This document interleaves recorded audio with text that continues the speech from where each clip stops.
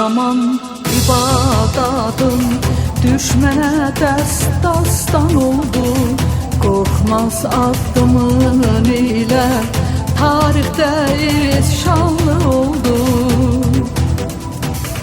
Her zaman koruyacaksan sen bu mukaddes değeri.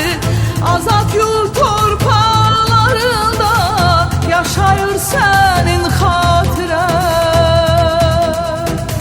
Galip halkın igid oğlu yüreklerde yaşayırsan, milli kahraman adını nesillere taşıyırsan.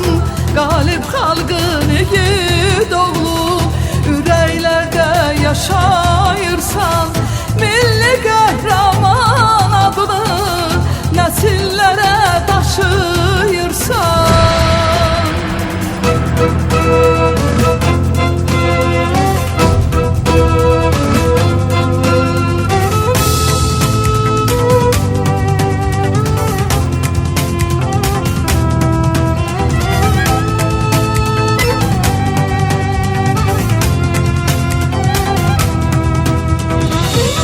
Vətənin ağır günündə döndün doğma Qarabağa. Düşmənə pusqu quraraq onları saldın tuzağa. İbad sənin ürəyində vardır vətən məhəbbəti.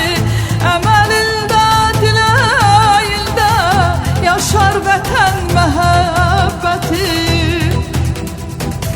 Galip halkın igid oğlu yüreklerde yaşayırsan, milli kahraman adını nesillere taşıyırsan.